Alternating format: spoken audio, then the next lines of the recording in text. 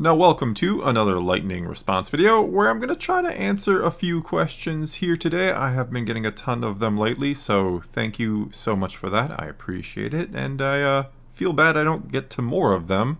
But anyway, we're going to kick it off with this one from Chris Bond, who asked, "Hey Thor, I'm one of those fans that pretty much gave Disney one last chance with the Kenobi miniseries and felt it had to be great, but it was average at best.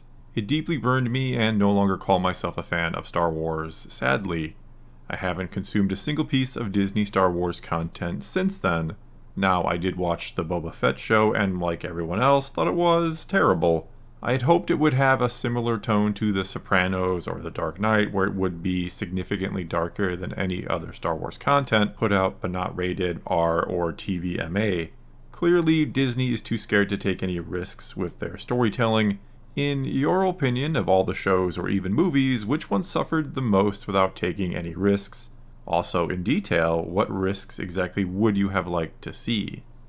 And well, oddly enough, the one that might have taken the least amount of risks, in my opinion, is the Kenobi series. And you might say, how is that possible? It took all kinds of risks by bringing back Vader and doing this and that. But I would say it took risks by not doing those things, by not being something more small and introspective, as I've said before, by not being a Star Wars show that had to go gallivanting around the galaxy or have big stakes, where we had to have Vader brought in and maybe Leia is going to be found out and Reva is going to discover Luke and he is going to be threatened.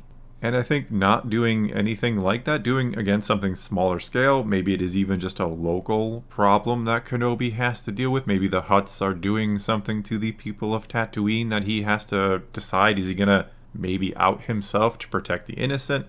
Or is he going to keep his vow to stay hidden and protect Luke at all cost? I think something like that where you put him in this dilemma, and that's very similar, you could argue, to what the Kenobi book was, the novel in the EU. But you do something like that, you explore his guilt and his pain and how hard it is to just sit on Tatooine as a Jedi, that he does feel like he should be out there doing more, or that he doesn't have all that much confidence in himself anymore. As I've said before, if you were ever going to have this sort of a Jedi not exactly giving up on themselves, but something akin to Luke where they're having doubts, it would have probably been Kenobi. He trained the Chosen One, and from his point of view, probably thinks he failed pretty mightily. Assuming he knows Darth Vader is still out there and doing horrible things, he's going to feel responsible for that.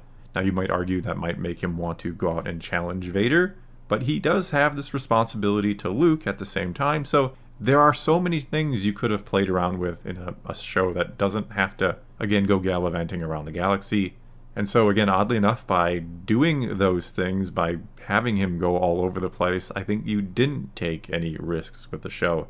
And kind of on the flip side, and you brought up Boba Fett, but I do think that show shouldn't have taken maybe the kind of chances it did by altering the character. I think if any show should have just been more kind of fun and a little darker at the same time, it was the Boba Fett series. It really should have just been him looking for revenge, him getting out of the Sarlacc pit and being pissed off and looking to kick some ass. That is what that show should have been, in my personal opinion at least. You can disagree, but it feels like they always take an idea that seems obvious. Like the Kenobi idea, I think, seems obvious. Smaller scale, him maybe trying to commune with Qui-Gon to become a Force ghost, all that sort of thing. Or Boba Fett just being Boba Fett. Or The Acolyte just being the story of Plagueis instead of bringing in all these new characters. Not that you couldn't bring in new characters, but it really should have just been his story. It seems like their biggest issue is that they do take stupid risks. Risks that don't need to be taken or shouldn't be taken. They miss the obvious. They miss the forest for the trees sometimes and do things that you kind of appreciate, that they're not just trying to take the easy layup with Boba Fett and make the ass-kicking show, if you will. But at the same time, you're like, well, I think that's what we all wanted, isn't it? Sometimes they outthink themselves or just don't think enough. And again, they miss the easy layup for taking a 3-point shot when you're down by 1 at the buzzer. I don't know. Terrible analogy, but let's move on.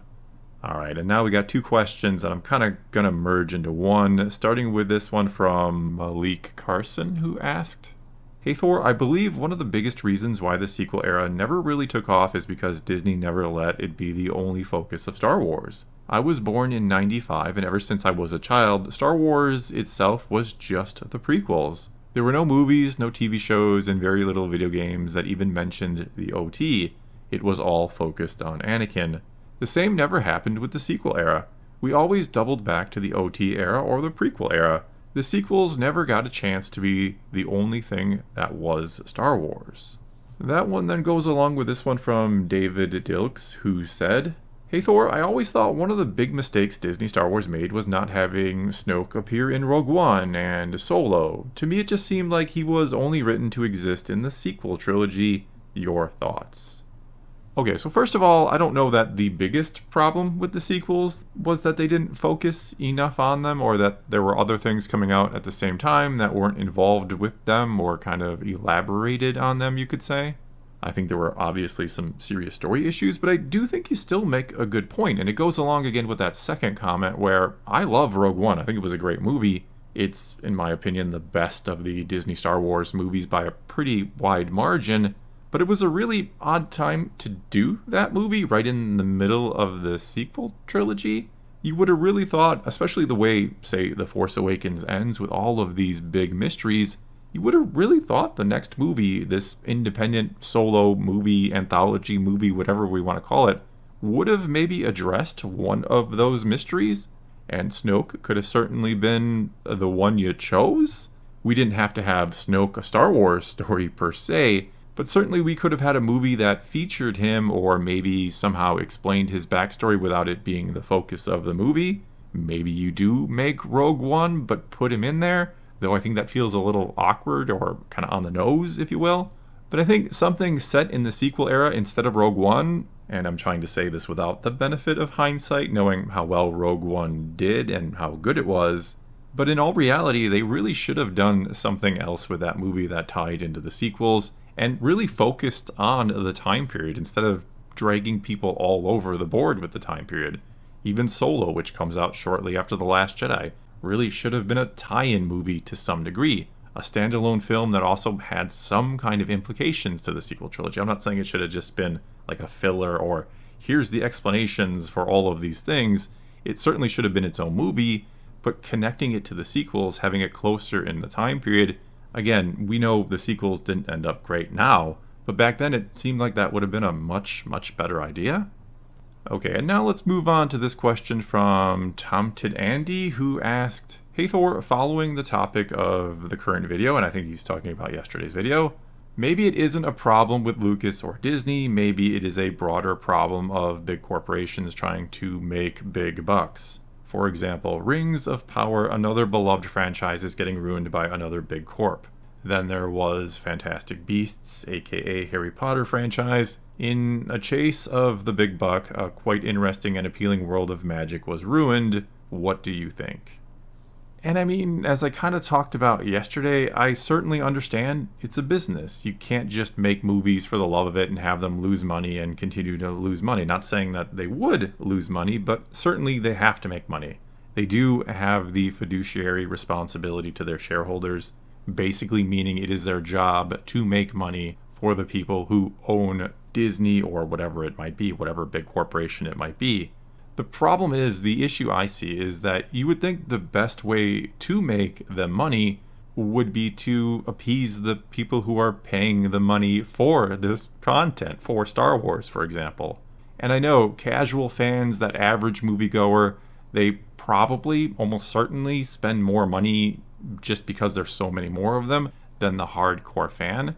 But the problem is the hardcore fans do spend quite a bit of money. They also promote your product. We live in a day and age, obviously, of the internet where a lot of people see a lot of opinions online. They are on social media, and whether or not they might be looking for Star Wars or not, they may stumble upon a video that just bashes the new Star Wars and bashes Disney, and that certainly may color their opinion of Star Wars and maybe their decision to watch something on Disney Plus or go to the theater. So you would really think, and I am coming at this as a hardcore fan, of course, but you would really think it would be in their best interest to try to appease the hardcore fan as much as they could, to put in more effort, to put in more money, to get more money in the long run by keeping them happy and thus keeping a more positive air around their franchise in general. I think one of the reasons why we always see the haters of Star Wars, why they are always belittling them and calling them all these horrible names, is so that the average person who might hear, like, oh, so Star Wars fans are unhappy about something? Why? Oh, it's just the terrible ones. It's just this small group of people who are racist, so their opinions don't matter. Star Wars is still great. I'm still going to go watch it. But yeah, to wrap it up, it kind of does baffle me that they don't realize that probably the best way to make the most money is to keep your most loyal customers happy, to put a little more time, effort, and money into that, and then in the long run, your franchise is just going to do better. People are going to want to spend money. I mean, if you feel like they care, I actually don't mind giving them my money so much. I like supporting people who are passionate about what they do, who seem to care about what they do, not people who are just putting out slop because it has the Star Wars logo on it and they expect me to eat it up because I'm a Star Wars fan.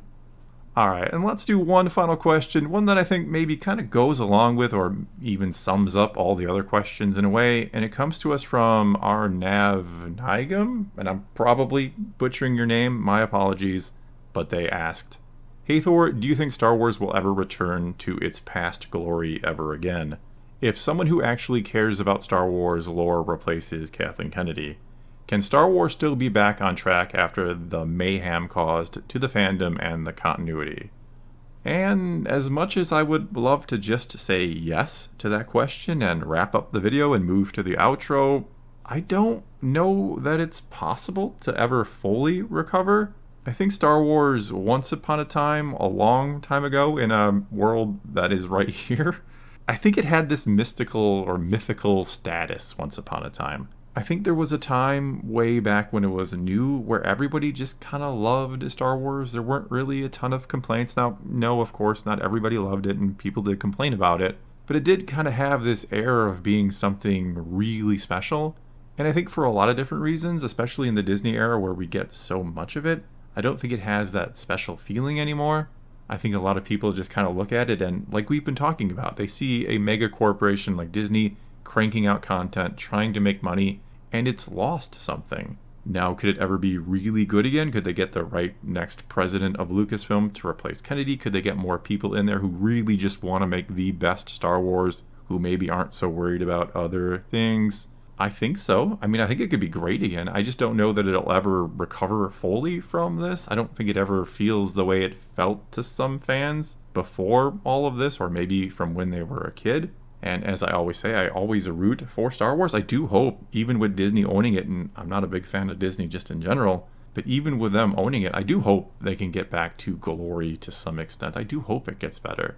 I do hope we can have more peace and quiet in the fandom, that it's not one controversy after another or one piece of bad content after another. But again, I don't know that it ever returns to what it once was, but certainly it can return to something better than this. Well, I think that's going to be all I got for you this time. If you want these videos to be longer, where I kind of just off the cuff, no script or anything, answer random questions, let me know. Or you can always just answer the questions yourself, or tell me what you thought about my answers, or ask a different question for a future video. Just got to start your comment off with "Hey Thor" and then ask away. But whatever you choose to do, leave a comment below. Let's talk some Star Wars. And until next time, thanks for watching.